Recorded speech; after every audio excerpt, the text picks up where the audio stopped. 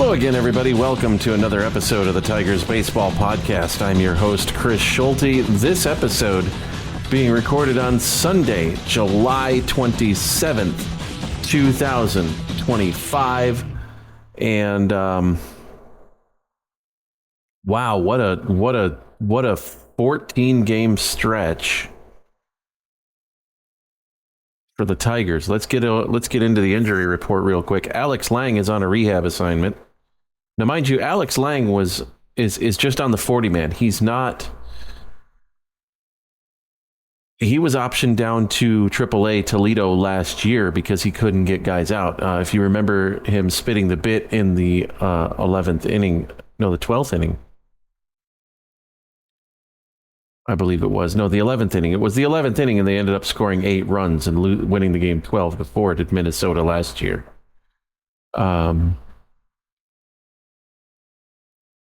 If you remember that, I do, because it was very painful.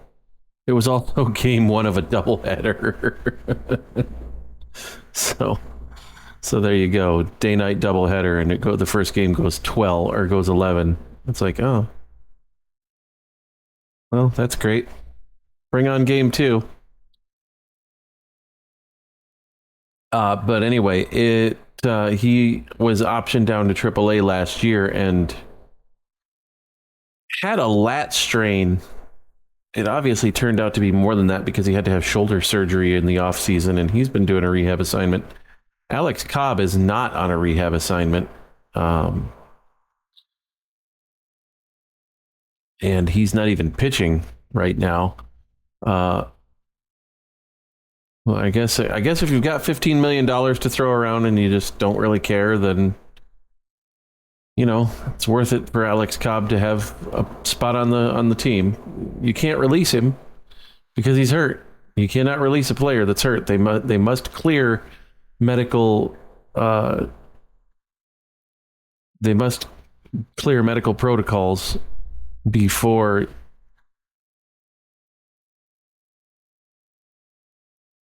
they can be released in any way, shape, or form. He could retire again, I suppose. Well, he never filed for retirement, but he could do that, and then Detroit wouldn't owe him any money. But I mean, $15 million, let's be realistic. One guy that is no longer on a rehab assignment is Kerry Carpenter, and he hasn't done much of anything since he's come back, but he was only back for 1 game, so give it time. Now, those of you who remember the last time he came back from the injured list in 2024, when he came back from the stress fracture in his back, he hit 2 home runs. I do believe, it was 2 home runs in his first 2 at-bats. For the Tigers, but this is a little more. He was slumping before, and I don't see him. I don't know. I mean, he can get hot, and he's already got. I think he's got 14 homers. So he could get hot and be a very big part of this Tigers offense. But right now, I believe he was 0 for 3 today. 0 for 2. I think he got a walk. He drew a walk, but I'm not quite sure. Big win for the Tigers, 10-4 over the Blue Jays, salvaging 1 game of this 4-game set, and snapping a 6-game losing streak, the second one in 14 games. Detroit is 2-12 over their last 14 games, and as a result, they're now 61-46.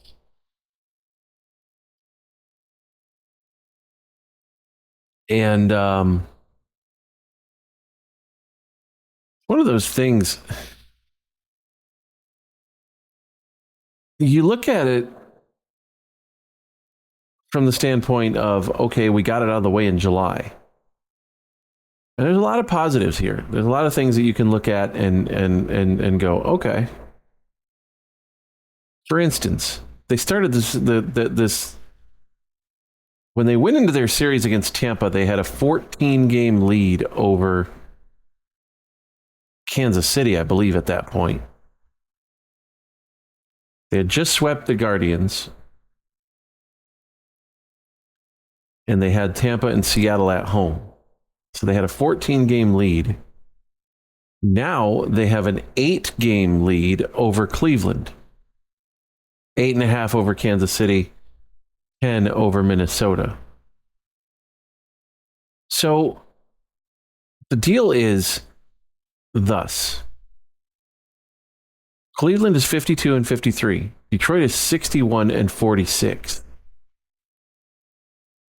So Cleveland has 2 games in hand on Detroit. Kansas City has 1 game in hand on Detroit. They're 50 and 56.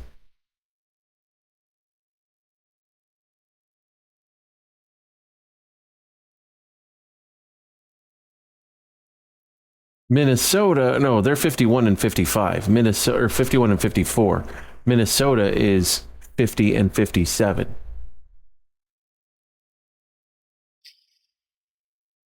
So you've got an 8-game lead. The team behind you has 2 games in hand.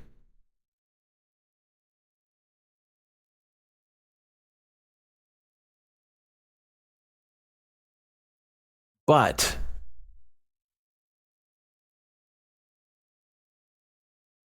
you still have the lead. You still hold all the cards, because even if they go 29 and 26, that gets them 90 wins. That's 90 and 72. That wins the division. This is all they got to do over the next 55 games. 90 and they got to do 29 and 26. And I honestly think that's a real distinct possibility. Let's look at the schedule, guys. They've got 3 against Arizona, then they go on the road for 3 against Philly. Then they've got the Twins,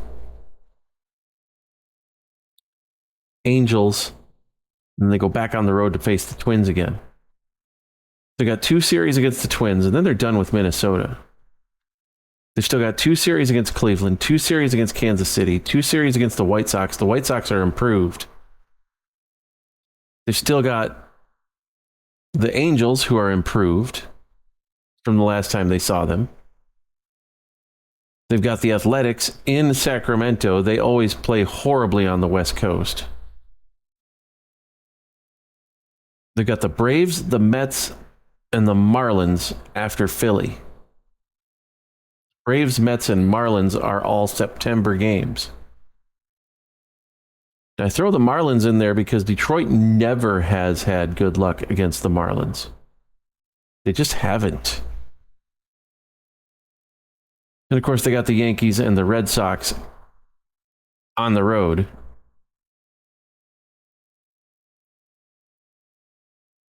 So there's 2 possibilities here, and I don't really like either one of those possibilities. The first possibility is you could clinch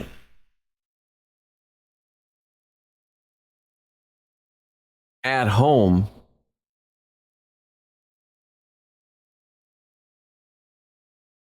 and then still have to go on the road and play Kansas City, Cleveland, and Boston, which you've clinched at this point. You've clinched the division at this point.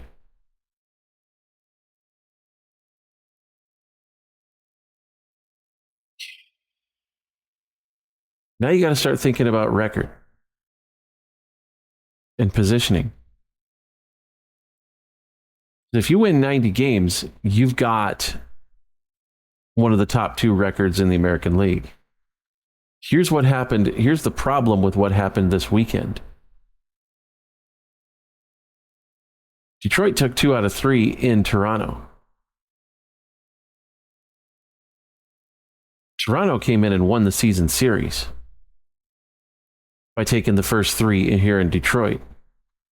So now Toronto Won the season series 4-3. If Toronto keeps playing the way that they are, and there's no reason why they shouldn't, it's a good squad, folks. If they keep playing the way that they are, if they finish with an identical record to the Tigers, guess what the tiebreaker is? Season series. Which doesn't make much of a difference until the ALCS. So are you wanting 4 out of 7 games at Comerica Park? Or are you wanting 4 out of 7 games at Rogers Center?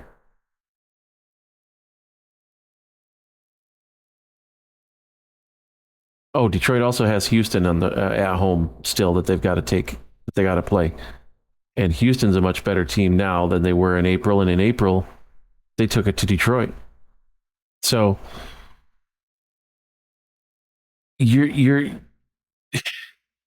29 and 26 is not an unreasonable thought. I would like to see them go 39 and 16. That would get them 100 wins. But I don't think anybody's getting to 100 this year. Detroit, I don't see Detroit winning more than 90. 90 will do it. 90 will win the division. But I don't think it's going to get you the best record in the American League. But we'll see. It's a long season. There's still 55 games left, folks. Season ends on September the 28th. And then we'll see where things go from there. One final thought before I go. Well, there's two things. First of all, I loved seeing the way that Detroit added to the lead in the 8th inning. They won the game 10-4. They were up 10-0. The bullpen almost spit the bit.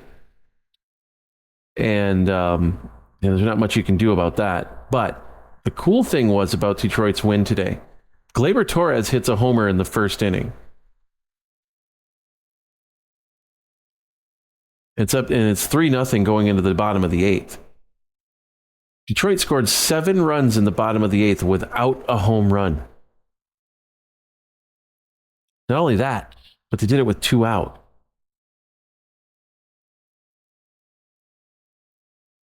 Parker Meadows got a knock.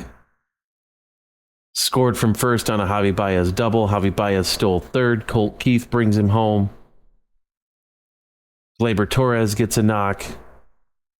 Matt Vierling gets a knock. Brings in a couple. Riley Green gets a knock. Spencer Torkelson gets a bases clearing double.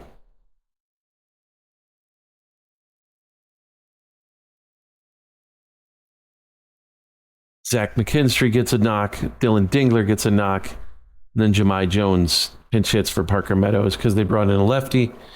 And he's the third out of the inning. But none of those knocks were homers. They had a couple of doubles in there, but there were no homers. That's what this team has been doing offensively all year. Yeah, they've hit homers as well. Spencer Torkelson's got 23, I think, and Riley Green has 24, 25, something like that. They've got some power in their lineup, and Kerry Carpenter's coming back, and hopefully he starts hitting the ball the way we know he can. If he does, then everything is going to be fine offensively. But it was just nice to see them actually string together at bat after at bat after at bat with 2 outs to the tune of 7 runs when they really needed it, because they were up 10-0 in the top of the 9th and they almost lost that game. Toronto had the bases loaded with 2 outs. Will Vest was getting up in the pen again. So I really liked the way that they added on in the 8th. I liked the way that they did it. The fact that they did it and how they did it were 2 amazing, not really amazing, but really good signs for this team as they go forward. Now, one final thought on Eugenio Suarez.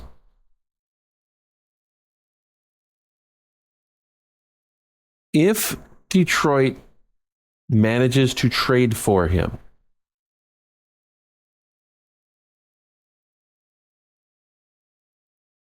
they are going to have 5 third basemen. As it is right now, they've got 8 outfielders and 5 third basemen. And I say that because with Kerry Carpenter coming back, Trey Sweeney went back down to AAA. But here's the thing.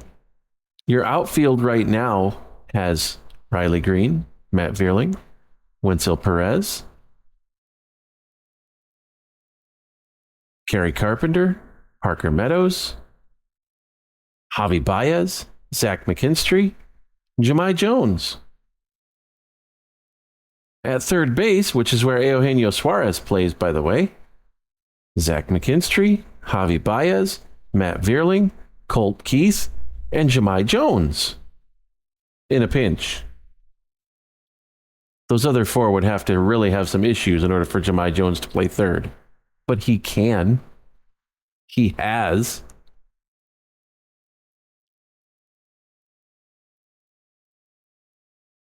So where are you going to play this guy? Who is deserving of less playing time so that he can get his at-bats? So that he can help out this club? That's the question that Scott Harris and Jeff Greenberg have to ask and have to answer. I don't think the answer to that is that there's anybody on this squad, maybe Jahmai Jones, but Jahmai Jones is a bench player anyway. He's a spot starter. He starts against lefties. Comes off the bench when they bring in a lefty.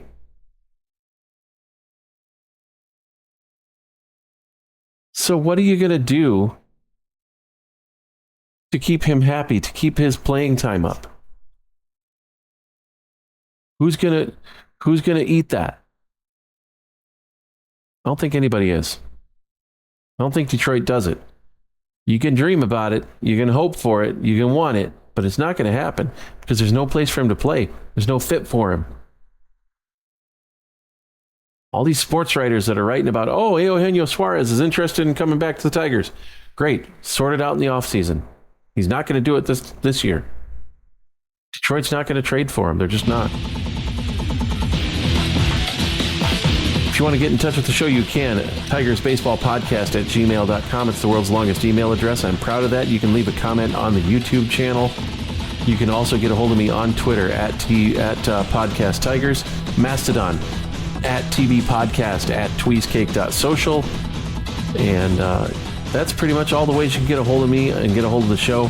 Thanks for listening, everybody. We'll see you next week. And as always, go Tigers.